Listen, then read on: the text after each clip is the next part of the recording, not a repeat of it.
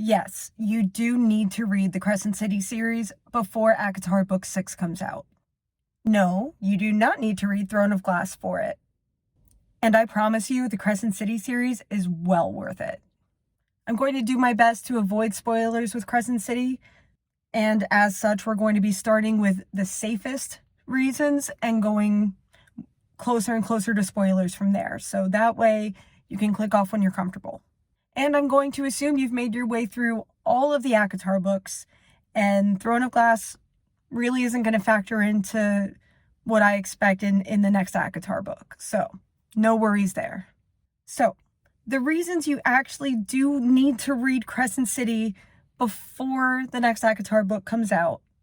One, it's a short read right now. I think it's only 4 books. And the books aren't that long. So it's not an overwhelming journey as of right now.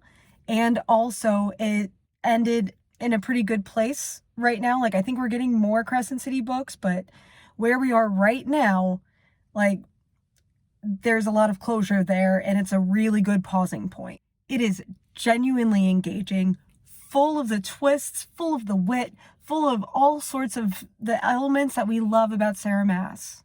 Except in Crescent City, we seem to be focusing more on the males, which I like. And there is more LGBTQ representation in Crescent City. Like, it's just much more of a natural existence in that series. All right, we're going to step it up a notch in terms of getting a little closer to spoilers. The crossover between Crescent City and Prythian is very clear and direct. The way it happens is very in your face. These worlds are connected. You cannot mistake it. Like, you can't miss it. You just can't. It's in the story. With that said, for those who have been through the Throne of Glass series, there is a chapter in the last book where Aelin discovers that there are other worlds. And I suspect one of those worlds, the one with the tall buildings, I think that might be Midgard, which is Crescent City. All right, this one is spoilery. Not spoiling anything so much in Prythian, but it is spoiling like a lot of the stuff for Crescent City, kind of, or rather, it'll imply a lot.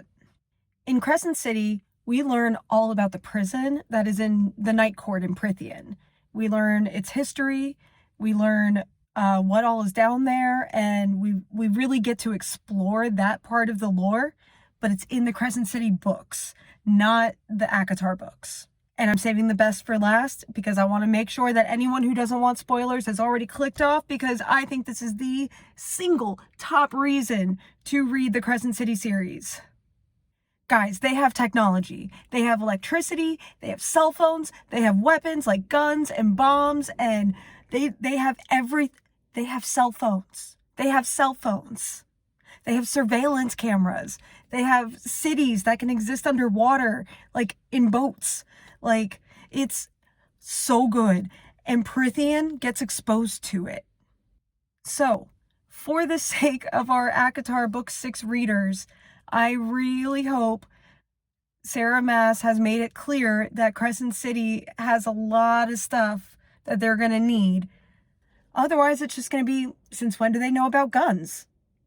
Among a bunch of other things that happen that have very real consequences in Prythian that, again, are happening in the Crescent City books.